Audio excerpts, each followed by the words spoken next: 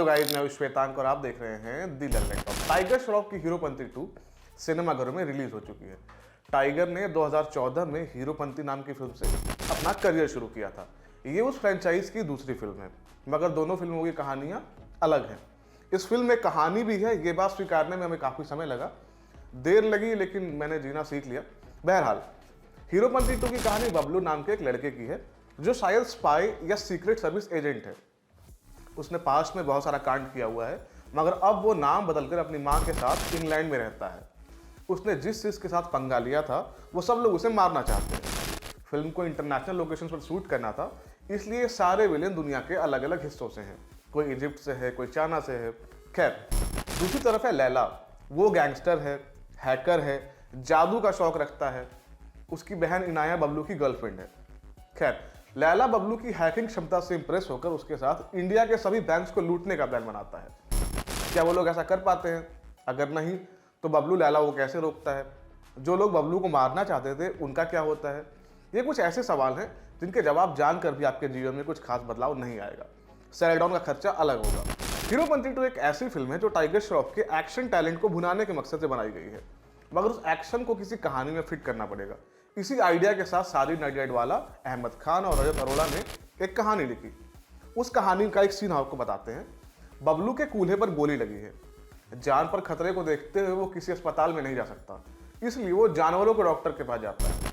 Tiger का जानवरों के अस्पताल में जाना वियर्ड नहीं है, वहां जो होता है वो कुछ अलग ही है। एक नर्स उसे घोड़े गधों को लगाए जाने वाली इंजेक्शन देती है, जिसके बाद बबलू बेहोश हो जाता है। वो जागता है और पास में एक ज़ॉम्बी पार्टी में चला जाता है, जहां वो ए.आर. रहमान के बनाए गाने दफा कर पर नाचता है। इस सिचुएशन में ए.आर. रहमान के लिए आपका दिल जो है बहुत पसीजता है। हर 4 सीन के बाद एक गाना आता है जो आप चाह कर भी याद नहीं रख पाते, या यूं कहें कि याद रखना नहीं चाहते। जहां तक डायलॉग्स का सवाल है, तो ये फिल्म बात करने के नए तरीके ईजाद करती है। बबलू की माँ जब इंग्लैंड से इंडिया वापस आती है तो बबलू को MCBC बोलकर जाती है। इसका मतलब क्या होता है ये बताने की जरूरत नहीं है, मगर फिर भी हम आपको बता ही देते हैं। MCBC का फुल फॉर्म होता है मैं चली बाय क्यूटी। टाइगर फैंस के लिए एक और खुशखबरी ये है कि आपको इस फिल्म में भी टाइगर श्रॉफ के मुंह से छोटी बच्ची हो क्या और सबको आती नहीं मेरी जाती नहीं जैसे डायलॉग सुनने को मिलते हैं, मगर उसकी कॉल बैक वैल्यू इतनी नहीं बची है कि आप उसे एंजॉय कर पाए।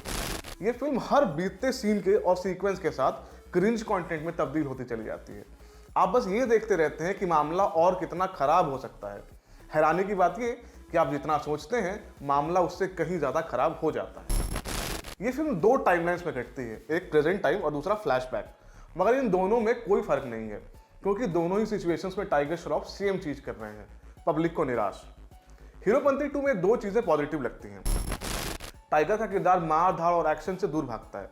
वो रेजिस्ट करने की बहुत कोशिश करता है, मगर फिल्म में उसके पास उसके अलावा एक्शन के अलावा करने में कुछ है नहीं।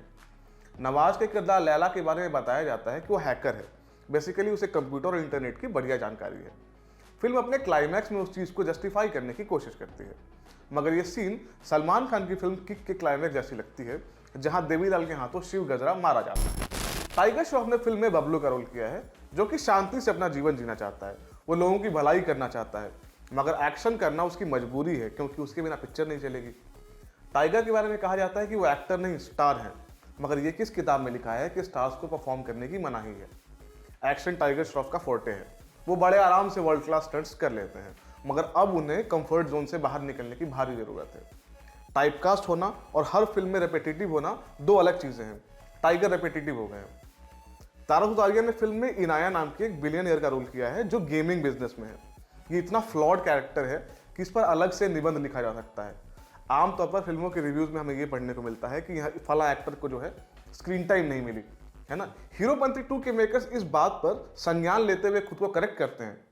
इनाया का किरदार कमोबेश फिल्म के 70% हिस्सों में दिखता है, मगर वह ऐसी कोई चीज कह या कर नहीं रही है जो फिल्म के नैरेटिव में किसी भी तरह का जोड़ या घटाव कर सके। नवाजुद्दीन सिद्दीकी ने लैला का रोल किया है। लैला घिसा पिटा सन की विलन है। उसके साथ हैकिंग और फेमिनिन एंगल जोड़कर उसकी प्रोफाइल दुरुस्त करने की कोशिश की गई है, मगर नवाज की ओवर द टॉप परफॉर्मेंस भी फिल्म को बचा नहीं पाती। इनके अलावा फिल्म में जाकिर हुसैन और अमृता सिंह भी दिखाई देते हैं। कुल मिलाकर बात यह है कि हिंदी भाषी फिल्म मेकर्स ने दर्शकों को फॉर ग्रांटेड ले लिया है। उन्हें लगता है कि कुछ भी बनाएंगे और पब्लिक देखेगी। पब्लिक देखना बंद कर देगी, ऐसी फिल्में बननी बंद हो जाएंगी। हीरोपंती 2 जैसी फिल्मों को मास एंटरटेनर कहा जाता है, मगर वो कायदे से बनाई गई फिल्में तो हों। हीरोपंती 2 में कुछ भी ऐसा नहीं है जो आपने पहले नहीं देखा या आगे देखना चाहते हो। ये फिल्म सिनेमा माध्यम का उपहास करती है। हीरोपंती 2 आपके भीतर अफसोस और निराशा के अलावा कोई तीसरा भाव पैदा नहीं कर पाती। बाकी आपको क्या लगता है हमें कमेंट बॉक्स में बताइए। मैं था श्वेतांक और आप देख रहे थे दी लैंड टॉक। शुक्रिया।